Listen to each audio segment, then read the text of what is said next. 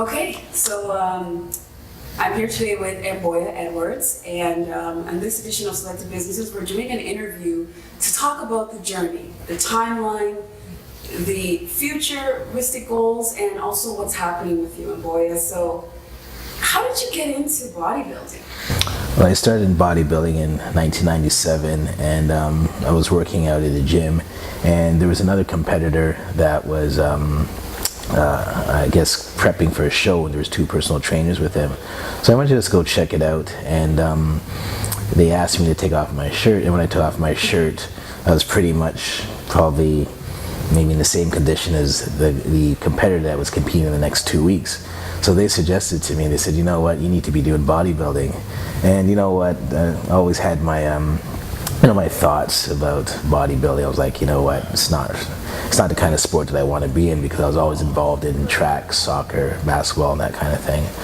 And through just it encouraged me, and I was just like, I don't really want to do this. They got me prepped for a show in 3 weeks, and I actually won my first weight class. Wow. So after 3 weeks, yeah. So after that, just became something that I just fell into it after that. So it's pretty cool. You just woke up and said, "Hey, I'm just going to bodybuild from now on." Yeah, Change your life. Yeah. Well, you know what? I think it's encouraging when you win something and you see success. It's like, okay, you know what? Maybe this is for me, right? Because I always had natural genetics, but I just went to the gym and just did my thing. It's not something that I really wanted to pursue. Okay. Yeah. So basically, who inspired you as a young bodybuilder? Because I know it was kind of spur of the moment, but who was that role model figure that you seen that maybe enticed your motivation to bodybuild at that point when you decided to do it? Well, I remember in high school, we used to have magazines at that time, and the popular magazines was the Flex magazine, and also Iron Man, and I think Muscle Mag.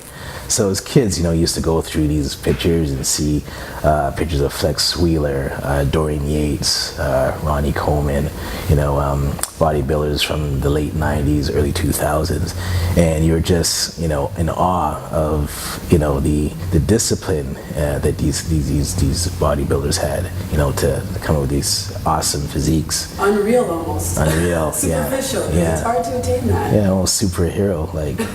And so there was always an interest there, but I was introduced to a more conventional way of training through my cousin Frank, who used to pick me up every weekend, and we would do legs, and the tradition was we'd do legs and after wash his car at the car wash. Wow. So I think he kind of took me just to enslave me, really.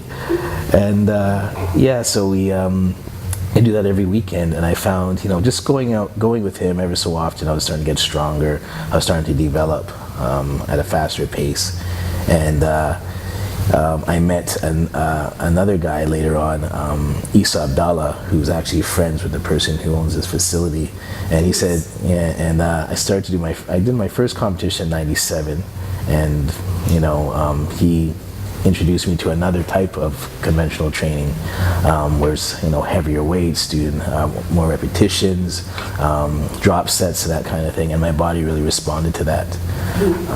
So I mean, I've always had people in my surroundings that kind of, I guess, helped me through my journey.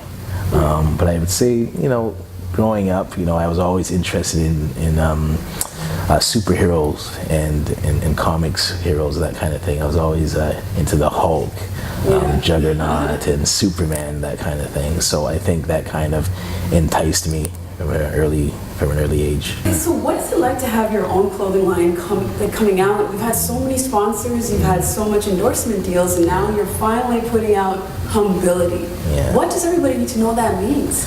I would say I'm honored because, in the past I never thought that, I would be doing this, but, everything is about timing, and, I do feel humbled to come out with this line, and the name itself, Humbility.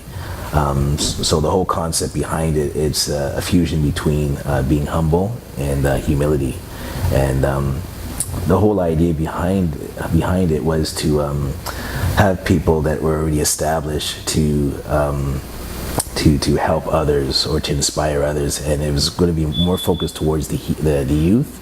But then we thought about it. You know what? Anyone that has a talent, anyone that has a gift, they can inspire anyone.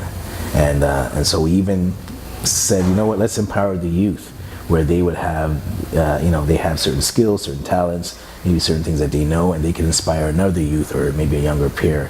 So it's just about people coming together that have that gift, that have that talent or whatever, and they're able to help others to achieve a goal. So yeah, it's still in progress. We've come up with a few different logos, so we're just trying to stamp which one we're going to use. We do have a distributor, and that should be coming out in the next couple of months. We do have some segue things that we're working on in terms of radio stations and television shows. We have the morning show coming up on the 23rd, November 23rd. Nice. We already contacted 98.7, 93.5, and they're interested as well. It's just to kind of get a date down for that. And we've also made contact with Marilyn Davis for her segment of her show. And we have something coming up for the shopping channel. So you'll be selling your items there for, I believe it's men and women? Men and women, and so the whole caption will be for fitness. So there's a lot of positive things happening in the future. You know, I've been blessed to kind of, I think this idea has just kind of been bestowed on me somehow, and I think I love it for myself because it's something that represents who I am and the way I have always been in the sport from the time I've started.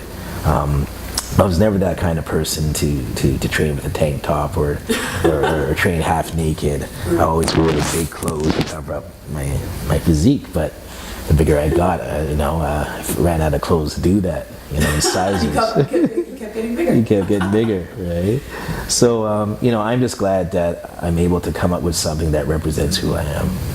Because I think there's a huge disconnect that people might assume that you're always performing. As you said, you go on stage, you prepare. Some people might feel like you enjoy the idea of just being gawked at or stared at with your muscles showing and just always being exposed. Yeah. So that's another thing that I think is really good about your brand, that you're really putting yourself in it. Yes. Yeah. To have people also bestow that behavior as well. Yeah, for sure. It's really good. Yeah. So some might refer to you as Mr. 24 Hours because you maximize your time and still have energy to train, teach, and do all the stuff you do in a 24-hour time frame. What is your best advice for future athletes, for the young people that are coming into bodybuilding? How do you want them to maximize their time at their peak? The first thing I advise is to stay humble. And the reason I say that because that opens up into a whole new world of discipline, knowing what you want, and also to keep an open mind as well, because especially in this day and age, everyone tends to focus on the social media aspect, and that's where they get their information from. But the problem with that is it's so biased. I mean, there's so many different ideas, and you don't know what's true and what's not true.